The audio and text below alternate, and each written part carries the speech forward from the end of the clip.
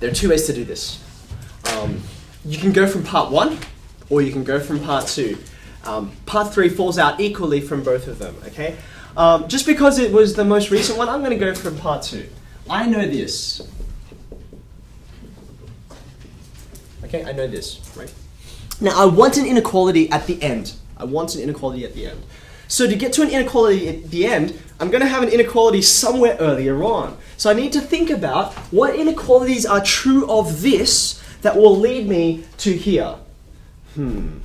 Now, there aren't many things that I know about this, really, okay? I don't want to make any statements about alpha, because alpha appears in the final inequality, right? So I'm going to leave that guy. I'm going to solve for alpha, as it were. But I've got a T2 and a T1 in here, and I know some things about them. I know some domain restrictions on T1 and T2. Not many, but what can you tell me about them? What restrictions are there?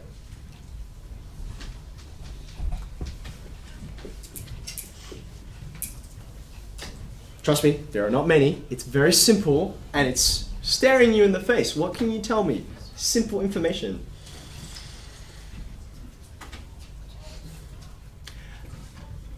When does this situation start? When am I at the origin? I'm at time 0, right? So tell me, what happens before time 0? Well, according to this graph, nothing happens before time 0, right? So therefore, I can know that this has to happen after time 0, right? And this has to happen after time 1, which is also after time 0, okay? So I have two inequalities here. This and this. That's pretty much all I know, but it's enough. Watch. If I know that T2 is greater than 0, then I can make a statement about this entire right-hand side. That has to be positive, okay? Because that's time 2, right? But since I know that time 1 is also positive, right? And the whole thing has to be positive. To make the whole fraction positive, right? You've got to have a positive numerator and denominator. That's your only way. You either have both negative or both positive. But I already know this one is positive, okay? So therefore I can say 1 minus cot alpha, the denominator, that has to be positive. You see where I'm going here, okay? So what have I said? This is positive, so an inequality. But this is positive, so a new inequality. Okay, so you might even like to say here, that's the reason I'm invoking, and this is the reason I'm invoking here. Okay, now I'm almost there. You see how I got rid of my T1 and my T2? Now I just need to get to my alpha. How do I do it? Let's simplify a little bit, shall we? 1 minus, sorry, I'll take that minus 1 over, no problems. I'll divide through by -1, which means what do I do to the inequality? It changes direction, right? Okay, so far so good. But don't forget, what is cot? Cot is 1 over tan. Right? Okay, now look at this. This is tricky. You know where you're going.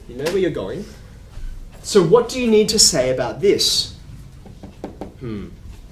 If I take the reciprocal of this side, right?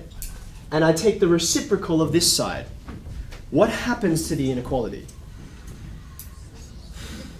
It also changes direction, but why? Think about it. For example, if I have some numbers that I know something about, okay, 1 over 2.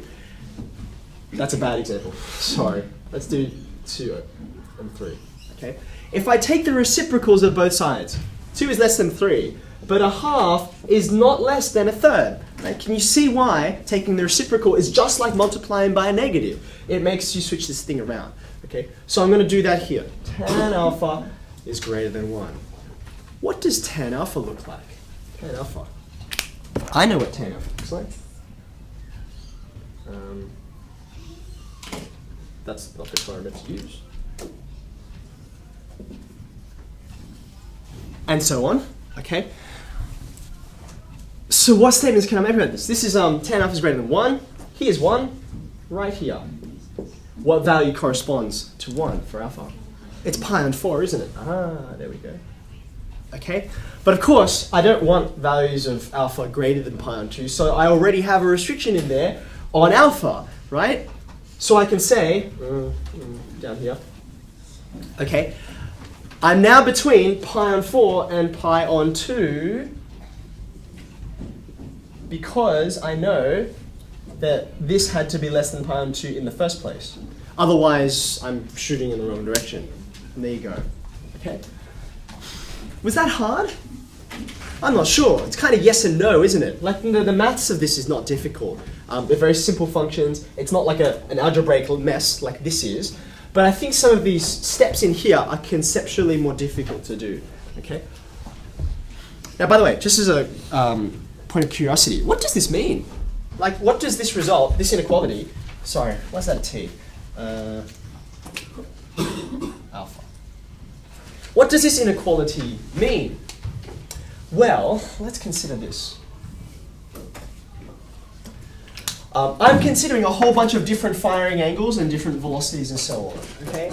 Well, if I want to hit this point here, right, where the x and the y distances are the same. Okay. In other words, I'm going through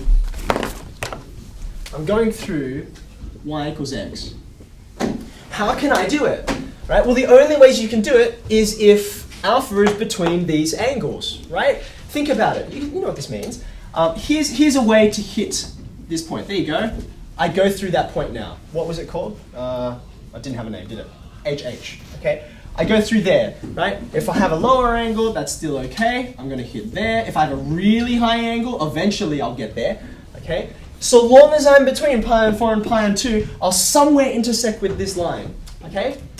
But number one, if I'm greater than pi on 2, okay, well it goes the other way. Sorry. Okay. But if I'm less than pi on 4, what happens? The firing angle is too low. No matter how hard you fire it, right? You know, you're going to do something like this, or you fire harder and you get like that, or like that, or like that. You'll never actually get up to that line. Does that make sense? Okay. So whenever you get a result, whether it's an inequality or a particular value or something like that, even if they don't ask you, you should always question, well, what's the significance of it? Right? Its application in calculus to the physical world. Okay. So that's that result.